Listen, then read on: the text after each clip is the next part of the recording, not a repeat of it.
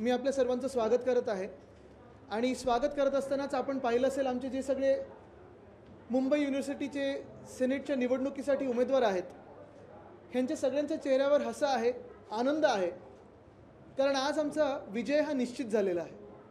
आपण पाहिलं असेल की जेव्हा जेव्हा भाजपचं सरकार असतं आपल्या राज्यामध्ये आणि अर्थात आता मिंदींची राजवट जी आहे, आज एक आपल्याला स्पष्ट झालेलं आहे की एवढे घाबरट गद्दार मुख्यमंत्री ह्या महाराष्ट्राने कधीच पाहिले नव्हते। डरपोक सीएम म्हणजे ह्या सीएमनी पण डीसीएम लावायला पाहिजे, डरपोक सीएम हे आता स्पष्ट झालेलं आहे। भाजपचं जर म्हणायचं झालं तर आपल्याला आठवत असेल 2010 मध्ये पहिल्यांदा आम्ही युवासेना म्हणून एकटे लढलो आणि तेव्हा 10 पैकी 8 सीट जिंकलो होतो। नंतर भाजपच्या राजवटीत 2014 ते 19 मध्ये आम्ही पण त्या सरकारमध्ये होतो, पण जे खातं होतं अर्थात भाजपकडे होतं आणि ती देखील निवडणूक 2015ची त्यांनी 18ला घेतली आणि त्यांना वाटलं होतं की काहीतरी गडबड करून गफलत करून 18 मध्ये काहीतरी जागा जिंकतील, पण 2018 मधला निकाल जर आपण पाहिला तर युवासेना म्हणून आम्ही 10 पैकी 10 जागा जिंकलो। मग सिनेटची निवडणूक जी मागच्या वर्षी व्हायला पाहिजे होती ऑगस्टमध्ये मला वाटतं, ती 3दा रद्द केली गेली आणि होता होता मग पुन्हा एकदा नोंदणी केली, ती रद्द केली, परत एकदा नोंदणी करायला लावलं, ते रद्द केलं आणि हे सगळं झाल्यानंतर आपण पाहिलं असेल 22 सप्टेंबर म्हणजे उद्या ही निवडणूक होणार असं कोर्टाच्या निकालामुळेच ठरलं गेलं। झालं असं की काल रात्री इथे माझ्याकडे परिपत्रक आहे मुंबई विद्यापीठाचं, त्यांनी ह्या परिपत्रकात सांगितलेलं आहे की सगळे मतदारसंघाची निवडणूक शासनाकडून पुढील आदेश प्राप्त होईपर्यंत स्थगित करण्यात येत आहे। पहिली गोष्ट म्हणजे जर मुंबई युनिव्हर्सिटीला ऑटोनॉमी असेल, मुंबई युनिव्हर्सिटीला स्वतःचं मन असेल, डोकं असेल, हृदय असेल आणि मुंबई युनिव्हर्सिटीला स्वतःचे व्हाईस चान्सलर असतील, तर शासनाकडून ह्या निवडणुकीसाठी पुढील आदेशाची वाट का पाहत आहे? दुसरी गोष्ट म्हणजे ही निवडणूक स्थगित का केली गेली? तिसरी गोष्ट म्हणजे एवढा हस्तक्षेप तुम्ही करायला लागलेला आहात। मला आत्ताच कळलं की आजूबाजूच्या 2-3 हाऊसिंग सोसायटीमध्ये पण निवडणुका होत्या, चाळ कमिटीच्या निवडणुका होत्या, त्या देखील भाजप आणि मिंदींमुळे स्थगित केल्या गेलेल्या आहेत।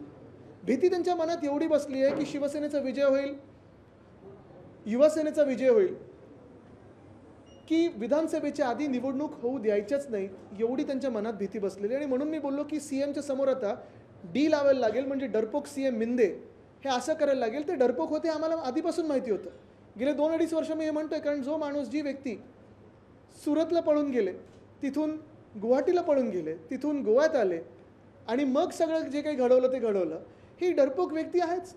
आणि आज आपण पाहतोय की निवडणुकीला सामोरी जायचंच नाही हे ठरवल्यानंतर राज्यामध्ये लोकसभा निवडणुकीच्या आधी पुणे लोकसभा असेल, चंद्रपूर लोकसभा असेल, पोटनिवडणुका 1 ते 1.5 वर्ष होऊ दिल्या नाहीत। गेले 2-2.25 वर्ष आपल्या राज्यामध्ये कुठच्याही स्थानिक स्वराज्याची निवडणूक, संस्थेची निवडणूक झाली नाही आहे। मग मुंबईची असेल, ठाण्याची असेल, नागपूरची असेल, नाशिकची असेल, कोल्हापूरची असेल, सोलापूरची असेल, कितीतरी अशा स्थानिक स्वराज्य संस्था आहेत जिथे निवडणूकच झाल्या नाहीत। आणि आश्चर्य म्हणजे हे की मुंबई युनिव्हर्सिटीत पण हरतील हे एवढं पक्क त्यांच्या मनात बसलेलं आहे आणि भीती बसलेली आहे की त्या देखील निवडणुका घेत नाहीत। आता हे जे 10 आमचे उमेदवार आहेत हे काही सरकार पाडू शकतात का? हे नगरसेवकाचं काम करू शकतात का? हे आमदारांचं काम करू शकतात का? ह्यांचं बेसिक काम एवढंच आहे की वर्षातून 2दा जेव्हा मुंबई युनिव्हर्सिटीची सिनेट भरते तेव्हा विद्यार्थ्यांचे विषय असतील, शिक्षकांचे विषय असतील, स्टाफचे विषय असतील, हे मांडायचे, त्यांना न्याय मिळवून द्यायचा, कोणाचं कॉन्व्होकेशनवर काही त्रास असेल, कुठे नाव चुकलं असेल ते सुधारून द्यायचं। पण ही निवडणूक घ्यायची नाही, एवढी भीती मिंदेंच्या मनात बसलेली आहे आणि भाजपच्या मनात बसलेली आहे, हे आज दिसलेलं आहे। आणि म्हणून मी आपल्या सर्वांचं अभिनंदन करतो, मनापासून अभिनंदन करतो। आणि जी आपण विद्यार्थ्यांची कामं, त्यांची सेवा, इतरांची जी सेवा, तिथे मग शिक्षक, इतर जी संघटना असेल किंवा शिक्षक असतील त्यांची जी सेवा करत आल्यात ती अशीच करत राहावं, ही आपल्याला मनापासून शुभेच्छा देतो। आणि आज आपण पेढा पण वाटू शकता, त्याच्यावर डीसीएम लिहा, डरपोक सीएम।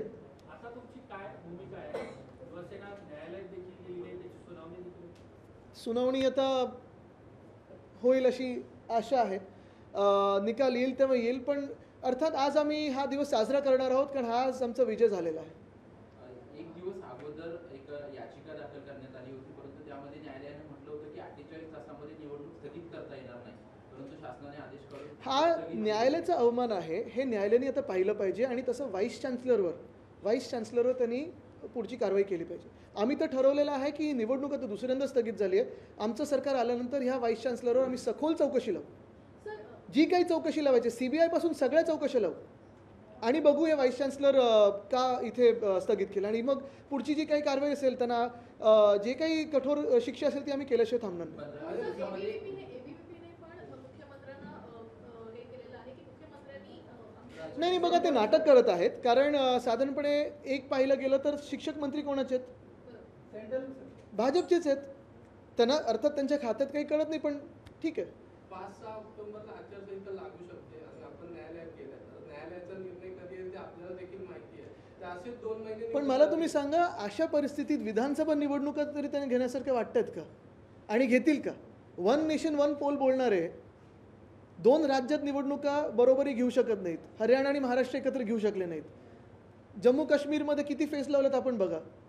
हे लोक निवडणुका घेणार आणि हेच आम्ही सतत सांगत आलो. लोकसभेची जी लढाई होती ती ह्याच संविधान आणि ह्याच लोकशाहीसाठी होती.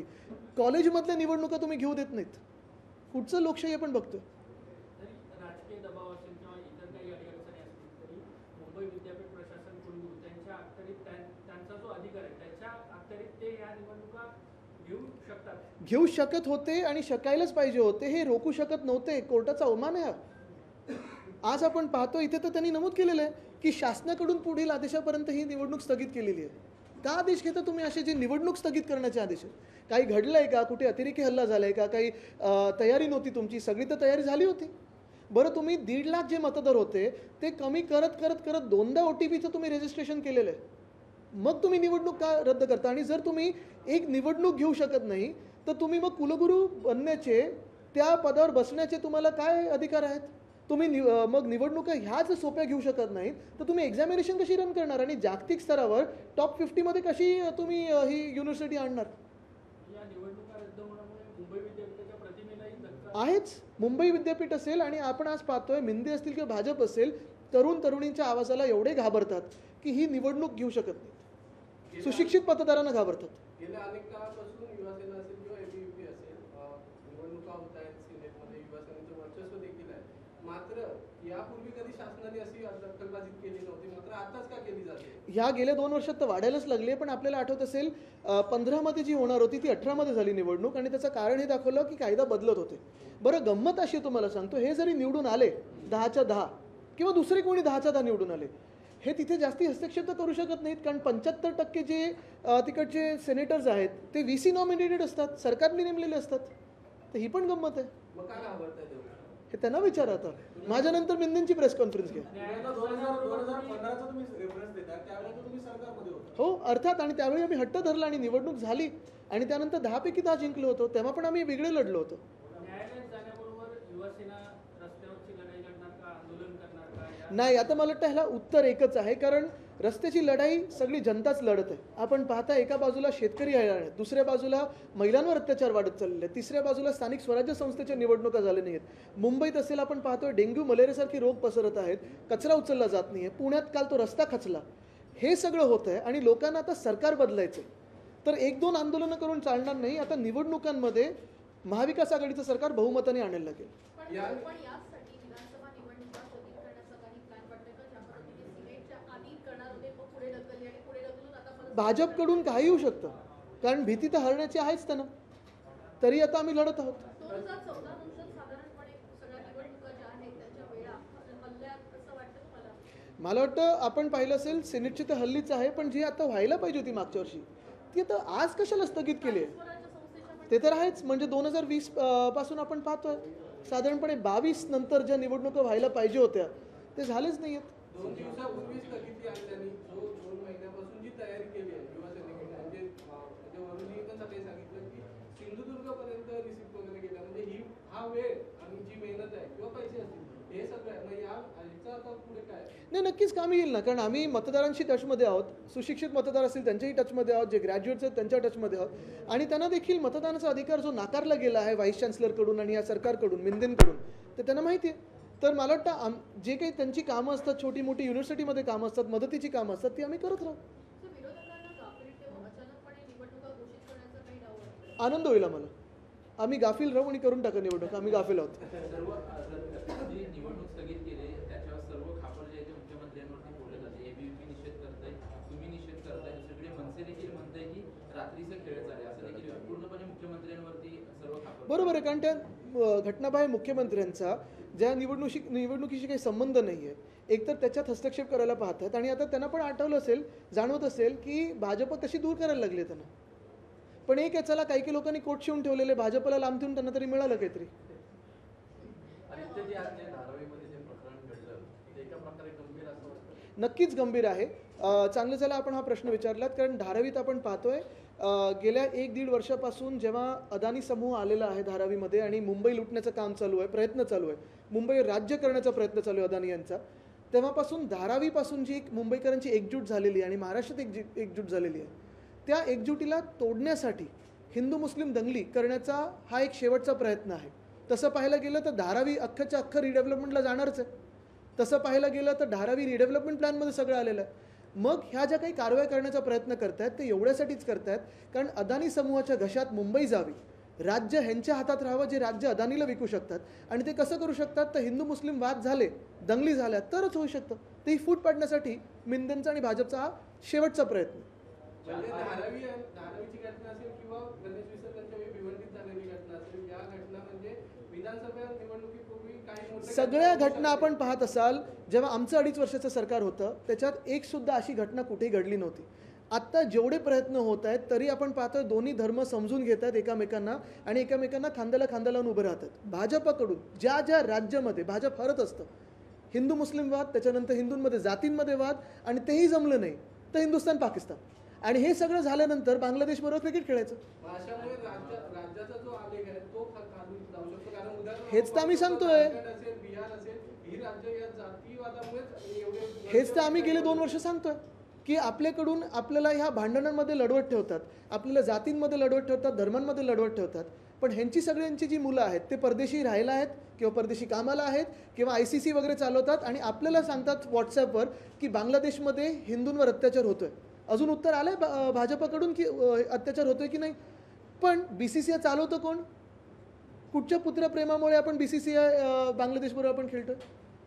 तर हे तर स्पष्ट आहे. आणि हेच तुम्हाला सांगतो, आपल्याला लढत ठेवतील पण महाराष्ट्राकडून सगळे उद्योगधंदे हे गुजरातला नेत आहेत, नोकऱ्या तिथे नेणार आणि आपल्याला बेरोजगार म्हणून ते लढवत ठेवणार.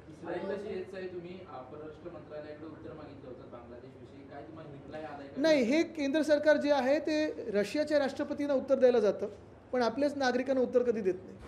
धारावीला लँड जिहाद आणि लव्ह जिहाद सारखी नावं देऊन हायलाईट केलं जात आहे. तुम्हाला वाटतंय की कुठेतरी तेढ निर्माण करण्यासाठी मला वाटतं उद्धव साहेबांनी सांगितलेलं आहे की हा भाजपचा सत्ता जिहाद आहे, धर्मांना एकमेकांशी लढवायचं. आणि आज आपण पाहतो, जे मी स्पष्टपणे बोलतोय की धारावी ही अदानीच्या घशात घालायची म्हणून हे सगळे वाद निर्माण केले जात आहेत. आपण पाहतोय धारावीमध्ये मराठी असतील, इतर नागरिक असतील, दक्षिण भारतातले अनेक नागरिक आहेत, हिंदू असतील, मुस्लिम असतील, बौद्ध असतील, ह्यांच्यामध्ये वाद निर्माण कशी होतील कारण ह्याच्यातली जी धारावी बचाव समिती आहे त्याच्यात फूट कशी पडेल आणि मग मुंबईचे 1000 पेक्षा जास्ती एकर अदानी समूहाच्या घशात कशी घालतील, हाच त्यांचा डाव आहे. करणारी विधानं जी भाजपच्या नेत्यांकडून केली जातात मात्र त्यांच्यावर कुठली कारवाई अजूनपर्यंत झाली नाही. दोन्ही बाजूनी ते विधानं देतात, म्हणजे सेटिंगवालंच तर हे राजकारण आहे. कार्यक्रम राज ठाकरे मनसे यांनी आयोजित केलेला आहे तुमच्या मतदारसंघात वरळी विजय. चांगलंय. रस्ते कंत्राटदारांबद्दल तुम्हाला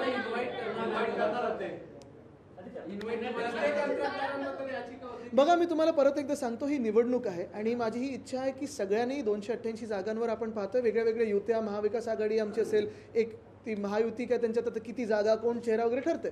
पण अनेक पक्ष, अनेक अपक्ष ही निवडणुका लढतील. मला आठवतं 2014 होतं की 19 होतं, एक स्पायडरमॅन पण कुठेतरी लढले होते. तर असे अनेक लोक लढू शकतात आणि लढायला पण पाहिजे. ही निवडणूक आहे. नितीन गडकरींचं एक विधान समोर आले, ते म्हणतात की जर विश्वगुरू व्हायचं असेल तर सर्व धर्म समभाव करावा लागेल. थेटपणे कुठेतरी ते मोदींवरती निशाणा साधताना साधतात. नाही, त्यांच्या अंतर्गत वादात मला जायचं नाही, पण गडकरी साहेबांना मी खास करून महाराष्ट्रात आमंत्रण देईन. कारण मुंबई दिल्ली महामार्ग असेल, मुंबई नाशिक महामार्ग असेल, मुंबई गोवा महामार्ग असेल, मुंबई नागपूर महामार्ग असेल किंवा मग आमचं इथून अटल सेतूवरनं पलीकडे गेलं नॅशनल हायवे 48 तो असेल किंवा आता परवाकडे मी पाहतोय घोडबंदरचा रस्ता असेल. हे एवढे भयानक आणि घाणेरे रस्ते ह्यांच्याच नॅशनल हायवे अथॉरिटी ऑफ इंडियाकडून झालेले आहेत. जेव्हा गडकरी साहेब जगाला सांगत असतात यूट्यूबवरनं की आम्ही 5 मिनिटात 5 किलोमीटर आणि इथेनॉल आणि हे रस्ते महाराष्ट्रातले जे आहेत ते कमीत कमी रस्ते सुधारेपर्यंत टोल बंद करावे आणि कोण कॉन्ट्रॅक्टर मित्र आहेत, कोणाला कॉन्ट्रॅक्टर दिलेत त्याचं स्पष्टीकरण देऊन रस्ते नीट करावे. महाराष्ट्रातील रस्ते खड्डेमुक्त खड्डेमुक्त होते. व्हावेत मग आता अशी पुण्यामध्ये मुंबईमध्ये रस्त्यांवरती गाड्या आहेत त्या खाली जायला लागलेल्या आहेत. पुण्यामध्ये सुद्धा राष्ट्रपती कार्यालयाने सुद्धा दखल घेतली, नाराजी व्यक्त केली आहे. पुणे पोलिसांना पत्र लिहायला लागले मुंबई महानगरपालिकेला, रस्ते लवकर खड्डे ते बुजवा. ते प्रतीक आहे ह्या सरकारचं आणि सरकारच्या कामाचं. महाराष्ट्राला देखील असंच त्यांनी खालती खिचून ठेवलेलं आहे. प्रभादेवीचा रस्ता जो 10 दिवसामध्ये 2 वेळा खचलेला बघायला मिळाला आणि त्याच्यावर उत्तर जे आहे महापालिकेचं ते थातूर आहे. लिकेज हे कारण दिलं जातं. आपण पाहिलं असेल गेले 2 वर्षामध्ये रस्त्यांचे विषय अनेक आम्ही घेतलेत. आपल्याच माध्यमातून ते लोकांसमोर आलेले आहेत. मग दोन्ही वेळाचे रस्त्याचे घोटाळे असतील ते असेल किंवा प्रभादेवीमध्येच 2 वर्षापूर्वी गणपती बाप्पाच्या मिरवणुकीमध्ये स्थानिक गद्दार आमदारांनी पिस्तूल काढून रोखलेली होती, पोलीस स्टेशनमध्ये जाऊन चालवली होती. आणि मी तर सांगितलेलं आहे की त्यांच्यावर आम्ही UAPAचा गुन्हा दाखल करू जेव्हा आमचं सरकार बनेल. पण ह्या सरकारकडून काही केलं नाही, उलटं त्यांना गिफ्ट दिली, त्यांना सिद्धिविनायक मंदिराच्या न्यासाचे अध्यक्ष बनवलेत. तर काय नाही आम्ही अपेक्षा करायची. महाराष्ट्रातील रस्ते खड्डेमुक्त व्हावं अशी अपेक्षा आता सुप्रीम कोर्टाने व्यक्त केली. जेव्हा हे सरकार जाईल तेव्हा आम्ही नक्की करू. आदित्य, हिंदी में जानना चाहेंगे कि जिस तरह से रीडेवलपमेंट का काम वैसे भी चल रहा है धारावी में, आज जो हुआ क्या वो होना चाहिए? ये बात स्पष्ट हुई है कि महाराष्ट्र में महायुति यानी भाजपा हो, मिंदे हो या जो फूटी हुई राष्ट्रवादी कांग्रेस है वो पुनः जीत के आ नहीं सकती. और उनका आखिरी आसरा जो है वो यही है कि हिंदू मुस्लिम बौद्ध दलित ये सब जो एकजुट हुए महाविकास आघाड़ी के साथ में और ये भ्रष्टाचार के विरोध में, उनको तोड़ा जाए, उनमें कैसे झगड़े हो जाए. धारावी रीडेवलपमेंट प्लान जो है अगर आप देखें तो इसके खिलाफ सारे धारावीकर एकजुट आए, एक साथ आए हैं. फिर बिना अपना नाम देखे हुए, बिना अपना धर्म देखे हुए, बिना अपनी जाति देखे हुए, बिना अपना कोई प्रांत देखे हुए, क्योंकि उनको धारावी को बचाना है. जो मिंदे सरकार है, जो भाजपा सरकार है, उन्हें धारावी हो या मुंबई हो, अदानी समूह को ऐसे ही गिफ्ट करके देना है. जो एक साथ लोग आए हैं, जो ताकत है उसे तोड़ने के लिए हिंदू मुस्लिम वाद कैसे हो, इसी पे ये भाजपा सरकार का फोकस है. जहाँ जहाँ भाजपा हारती है वहाँ उनकी कोशिश होती है कि हारे कैसे ना, तो फिर हिंदू मुस्लिम जो एकजुट है वो तोड़ दे, हिंदुओं में जाति जाति में कोई तेढ़ निर्माण करे या फिर हिंदुस्तान पाकिस्तान पे बात करे. लेकिन जिस भाजपा ने हमें पिछले 2 महीनों में व्हाट्सएप के माध्यम से हो या आप ही के माध्यम से हो कहा था कि बांग्लादेश में हिंदुओं पे अत्याचार हो रहे, बांग्लादेश में हिंदुओं के मंदिर तोड़े जा रहे, उसी बांग्लादेश के साथ यही भाजपा की BCCI खेल रही है. ऐसे क्यों? अभी तक कोई जवाब नहीं आया है. और यही है जो हमारी एक एकता बनी हुई है धारावी में, वो तोड़ने के लिए कोशिश करें. लेकिन हमारे लोग सब जानते हैं, वहाँ के स्थानिक जो जनता है, फिर वो सारे धर्म के लोग, वो जानते हैं कि ये अदानी के लिए किया जा रहा है. चुनाव का माहौल है, बीजेपी के एक नेता खुलेआम बयान देते हैं कि 15 मिनट के लिए पुलिस हटा दीजिए. किस तरह से? मुझे लगता है ये पुलिस ने भी इस पर विचार करना ज़रूरी है. जो उनकी जो स्टेटमेंट्स है वो पुलिस के खिलाफ है, पुलिस परिवारों के खिलाफ है. ये जो है जो उन पे मैं ज़्यादा बात नहीं करता क्योंकि गंदगी से ही दूर रहता हूँ उनसे. हाँ सर, आखिरी सवाल होगा, तिरुपति बालाजी में जिस तरह से फिश ऑयल और जिस तरह से वहाँ पे बीफ और अलग अलग मुद्दे आ रहे हैं, सेंट्रल गवर्नमेंट ने भी जांच के आदेश दिए हैं, आप किस तरह से? नहीं, ये काफ़ी सेंसिटिव इशू है. पहली तो मैं तिरुपति बालाजी के दर्शन के लिए जाते रहता हूँ. हमारी सरकार ने, उद्धव साहब की सरकार ने उसी देवस्थान को 10 एकड़ की जगह नवी मुंबई में दी थी. सबसे अहम चीज़ यही है कि ये जो इशू है बहुत सेंसिटिव है, क्योंकि हम सारे जो भक्त हैं, हमारी आस्था के साथ खिलवाड़ हो रही है. और इसमें दोनों लोग जो है, जो एक दूसरे पे स्टेटमेंट्स किए जा रहे हैं, फिर वो जगमोहन ये अपने YSR जी हो, YSRCP के जो प्रेसिडेंट है वो जगन जी हो या फिर चंद्रबाबू जी हो, दोनों भाजपा के साथ है. तो भाजपा तय करे कि वो अब किसके साथ है, क्योंकि दोनों तरफ से स्टेटमेंट आ रहे हैं. लेकिन एक बात स्पष्ट है कि इसमें भी जो टेस्टिंग होनी चाहिए वो इंटरनेशनल लैब में होनी चाहिए, गुजरात के लैब में नहीं. तिरुपती बालाजी लाडूच्या प्रकरणावरून राज्यात राजकारण सुरू आहे. महाराष्ट्रात महाविकास आघाडी सरकार आलं तर पंढरपूर शिर्डी इथल्या लाडू प्रसादासाठी अशा गोष्टी होऊ शकतील असं विधान सुनील देवकर यांनी केलेलं आहे. नाही, मला वाटतं केंद्र सरकार भाजपचं आहे. आपण पाहत असाल दोन्ही, मग जगनजी असतील किंवा मग चंद्रबाबूजी असतील, दोन्ही भाजपचेच जवळचे लोक आहेत, मोदी साहेबांच्या जवळचे लोक आहेत आणि तेच एकामेकांवर आरोप करतात. तर त्यांनी कुठेतरी स्पष्टीकरण द्यावं. कारण आपण पाहिलं असेल, मला वाटतं पंढरपूर असेल कॉरिडॉर, किंवा इथे आता मुंबादेवी, स्थानिक सगळ्या लोकांना बाजूला काढायचं. वाराणसीचं पण तसंच केलं, स्थानिक लोकांना बाजूला काढलं. वर्षानुवर्ष काय पिढ्यानपिढ्या जी मंदिरं तिथे होती त्या बाजूला तोडून काढल्या. आणि मग जमिनी कोणाला दिल्या भाजपानी? लोधा ग्रुपला. लोधा ग्रुप काय कारसेवकांसाठी घरं बांधतायत की कमर्शियल घरं बांधतायत? आज पण मी मुंबादेवीसाठी जे लढत आहे, मुंबादेवीच्या मागे जी 17 मजल्याची इमारत येत आहे पार्किंगची, ती कोणाला दिली आहे? कोण कॉन्ट्रॅक्टर आहेत? जे दागिना बाजार तिथून स्थानिक आमदार हलवण्याचे इच्छुक आहेत ते कोणाचे आमदार आहेत? भाजपचेच आमदार आहेत. मग तुम्ही कशाला इथे हस्तक्षेप करता? जे वर्षानुवर्ष चालत आलेलं आहे. पण तिरुपती देवस्थानचा जे विषय आहे आणि लाडूचा जो विषय आहे, मला वाटतं दोन्ही जगनजी असतील किंवा चंद्रबाबूजी नायडूजी असतील, हे दोन्ही भाजपचे अत्यंत जवळचे त्यांचे कधीतरी त्यांच्या NDAमध्ये राहिलेली लोक आहेत. भाजपने स्पष्टीकरण द्यावं आणि जे टेस्टिंग होईल ते गुजरातच्या लॅबमध्ये नाही तर जागतिक स्तराच्या लॅबवर व्हावं. सेमीकंडक्टर प्रकल्प 2 दिवसापूर्वी त्याचा शुभारंभ झाला आहे. या प्रकल्पाचा जी कंपनी आहे RRP, या कंपनीबद्दल काही माहिती घेतली आहे? माहिती आम्ही पण शोधतोय. 600 ते 700 करोड निधी त्याच्यात जाणार आहे हो. सरकारच्या बरोबर. आणि दुसरी एक गोष्ट की यापूर्वी जे जे प्रकल्प महाराष्ट्रात आले या सरकारने त्याचा खूप मोठा गाजावाजा केला, मात्र या प्रकल्पाची कुठेही जाहिरात नाही. काही निवडक वर्तमानपत्रांना जाहिरात Ads दिले गेले. कंपनीने दिली आहे, हो. सरकारने दिली आहे. मग असं काय नाही, ह्याच्यात बघा, एखादी कंपनी चांगली आली असेल महाराष्ट्रात तर आम्ही विरोध नक्कीच नाही करणार. जर चांगला उद्योग येत असेल, चांगलं इन्व्हेस्टमेंट येत असेल तर नक्की त्याचं स्वागत करू. पण जेव्हा अशी एखादी कंपनी येते त्याचे कंपनीचे डिटेल्स लोकांमध्ये आले पाहिजेत की त्यांचा टर्नओव्हर काय, त्यांचा मागचा इतिहास काय. कारण सेमीकंडक्टर हे खूप कॉम्प्लेक्स गोष्ट आहे. जगात अनेक देशांनी सेमीकंडक्टर्स बनवण्याचा प्रयत्न केला पण तो यशस्वी ठरलेला नाही आहे. कुठेतरी आपल्या देशात आपण ह्या इंडस्ट्रीला आणू इच्छित आहोत, पण हे होत असताना आपल्या राज्यातले इन्व्हेस्टमेंट, जी कुठची इन्व्हेस्टमेंट आपण त्या कंपनीत देखील करू, सबसिडी म्हणून असेल, इन्सेंटिव्ह म्हणून असेल, PLI म्हणून असेल, ती वाया जाऊ नये. कारण हा जनतेचा पैसा आहे. चिप वॉर नावाचं एक पुस्तक आहे, ते आपण आवर्जून वाचलं पाहिजे. त्याच्यात वेगळी वेगळी उदाहरणं दिलेत की ह्या कंपन्या कशा फेल होतात आणि इन्व्हेस्टमेंट घेऊन कशा बुडतात. तर ही कंपनी त्याचं स्पष्टीकरण मला वाटतं सरकारने द्यावं. ठीक आहे, धन्यवाद. लोकशाही मराठी ऐका, पहा, जागरूक रहा.